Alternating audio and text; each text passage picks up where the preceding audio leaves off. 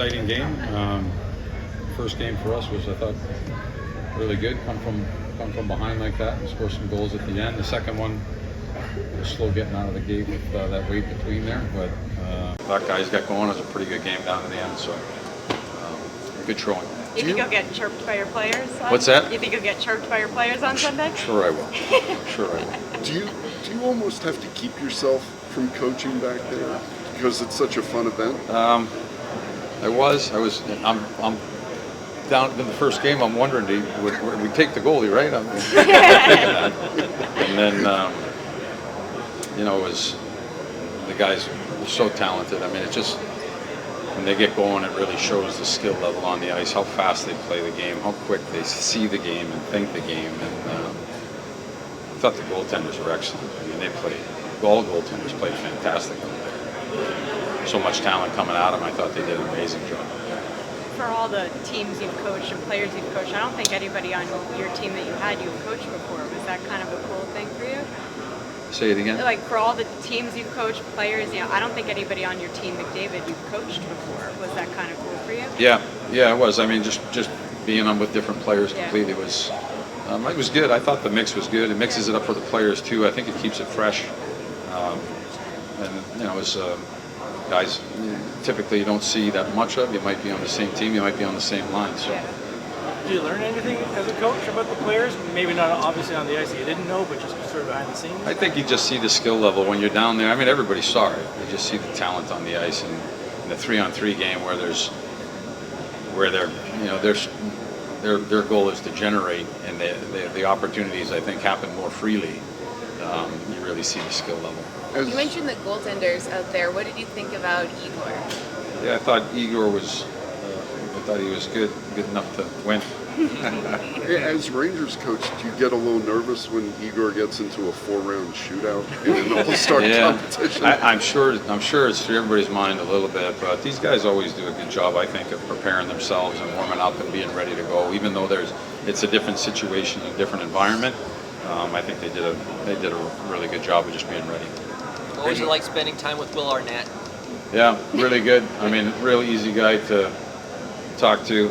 He gave a speech before the first game that was right up there with some of the best. And, real positive guy, hockey fan, and again, you mentioned the players and mixing the divisions and drafting and not being with players that you typically might be with or see a lot. It's great for a guy like him to come in and huge fan of the game, loves the game, and be a part of that. It was really good. Peter, players say that this is a nice mental break from the grind of the season. What's it like for coaching? The same thing, just to be able to get away? Yeah, I mean, it's, I think all the time you're thinking about the season and, what has to go on and what's happening, but at the same sense, there's nothing you can really do. Your physical team isn't in front of you, and so you have an opportunity to do something else. It's, has a different level of stress to it, so it's a fun weekend. In both games, it felt like McDavid's line was usually out there against first McKinnon and Crosby and then against Matthews. Was that by design to have sort of the biggest guns? We the coaches were all in one room, so we talked about the goalie rotations and stuff like that, just to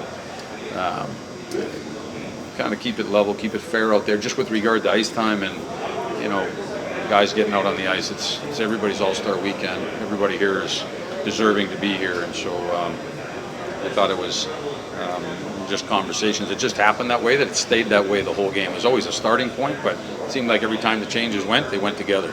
So it ended up that way most of the time. You've coached teams up and down the standings throughout your career. When your team's at the top or near the top, how did you change your coaching harder on the teams that are doing well and less on the teams that are maybe middle of the pack? Or what's your philosophy on that? I'll tell you this, going down the stretch here, every game is always the toughest of the year, more so than game number 8 or 10 or 12 or 23.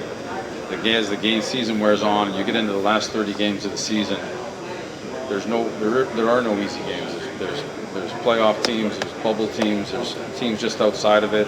There's teams that are fighting to, fix some make some rights that maybe have been wrong earlier in the year. And there's no such thing as easy. You got to be ready to play every single game, and when you do that, you can find success. You can't take a breath. Peter, you've talked about absorbing things in the past from your other All-Star experiences. What's something that's maybe unique about this weekend that you'll take with you for the rest of your life? I always think it's good there's lots of kids and family down underneath. I don't think that's new. Like it's just a time to enjoy things a little bit with your family. The business side of thing is business, and there's always a break in there, and you can open the room up and open things up a little bit. I think that the families and the kids really get to enjoy it. It's a lot of work that goes into it for players, and just a lot of time away from the house, away from their kids, when you get a chance to come in here. So I always kind of appreciate that and what it's like. And then, coaching different players too. So, you get an opportunity to coach a guy like David or Draisaitl or Connor Hellebuck. I worked with him just a little bit with USA Hockey. You get a chance to coach different players. That's always something you'll always remember. What do you hope maybe some of your players, Trocheck and Igor, take from this experience? Maybe back. I think probably just what I talked about. They're here with their families. Trocheck's here with his family. He's got an unbelievably beautiful family, and his mom and dad are here. His wife's mom and dad are here, and so they get an opportunity to spend some time here and just enjoy it. Which again, it's different in the season, so I'm sure they'll relish that.